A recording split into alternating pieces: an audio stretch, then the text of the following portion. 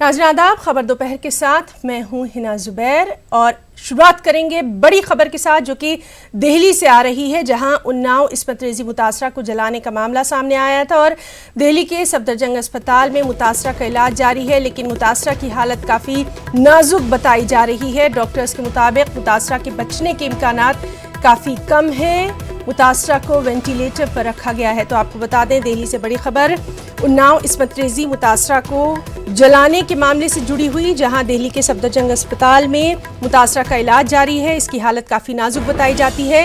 Ventilator पर मुतासरा को रखा गया है। आपको बताएं कि कल बाकायदा ग्रीन कॉरिडोर बनाया गया था मुतासरा को दिल्ली अस्पताल लाने के लिए एम्बुलेंस के ज़रिए, और फिर जिस तरह से मुतासरा को लाया गया था दिल्ली के सफदरजंग अस्पताल में, उसी से जुड़ी हुई ये खबर है, जहां मुतासरा की हालत काफ़ी नाजुक बताई जा रही है। डॉक्टर्स के मुताबिक मुतासरा के बचने के इम्कानात काफ़ी कम है।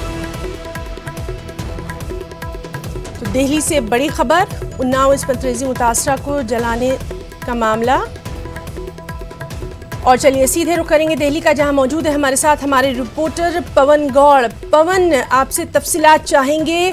कल जिस तरह से इस मुतासरा को लाया गया था, बिल्कुल उसके बाद से ही लगातार इसकी हालत जो है वो नाजुक बनी हुई थी। वेंटिलेटर पर ये मुतासरा बताई जा रही है, क्या कुछ तफसीलात? देखिए ना, जब कल लखनऊ में से जब उनको एयरलिफ्ट करके दिल्ली लाया गया था, दिल्ली के सफदरजंग अस्पताल में इनको भर्ती कराया गया था, क्योंकि 90% ये जल चुकी थी। जो पीड़िता जो है 90% जल चुकी थी और सारे अंगों ने लगभग काम करना बंद कर दिया था। उसी के चलते उनको लखनऊ से यहाँ दिल्ली शिफ्ट किया गया। उसके बाद में दिल्ली में 15 सदस्यीय एक्सपर्ट डॉक्टरों की एक टीम बनाई गई।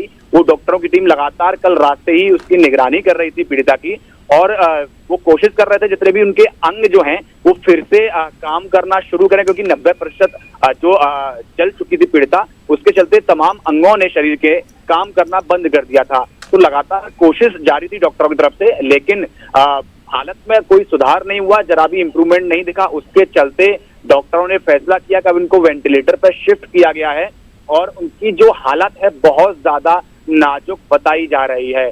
डॉक्टरों का कहना है कि अभी कुछ कहना बहुत मुश्किल है उनके बारे में, लेकिन फिलहाल उनको वेंटिलेटर पर शिफ्ट कर दिया गया है और हालत बहुत ज्यादा नाजुक है।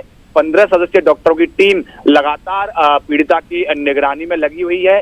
कोशिश कर रहे हैं कि उनके जो अंग जो काम करना बंद कर दिए हैं वो उनको फिर से दोबारा नॉर्मल सिचुएशन में लाया जाए। कम से कम वो काम करना एक बार शुरू करें, जिससे कि उनका आगे की जो कार्रवाई है वो शुरू की जा सके, लेकिन फिलहाल हालत बहुत ज्यादा गंभीर है।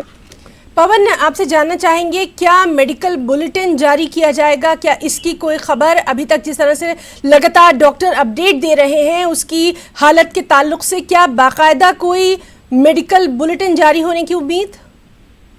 देखिए, अभी तक तो ऐसा कोई बुलेटिन की तरफ से, जो अस्पताल प्रशासन है उसकी तरफ से कोई ऐसा संदेश नहीं आया है, लेकिन हमारी जो लगातार डॉक्टर्स के साथ में जो बातचीत हो रही है उनकी तरफ से यही मैसेज आ रहा है कि हालत बहुत ज्यादा क्रिटिकल है, अभी कुछ कहना मुश्किल है। जो भी अपडेशन होगी हम लगातार करते रहेंगे, लेकिन फिलहाल में उनकी प्रायोरिटी यही है कि कैसे भी ना कैसे पीड़िता को बचाया जा सके।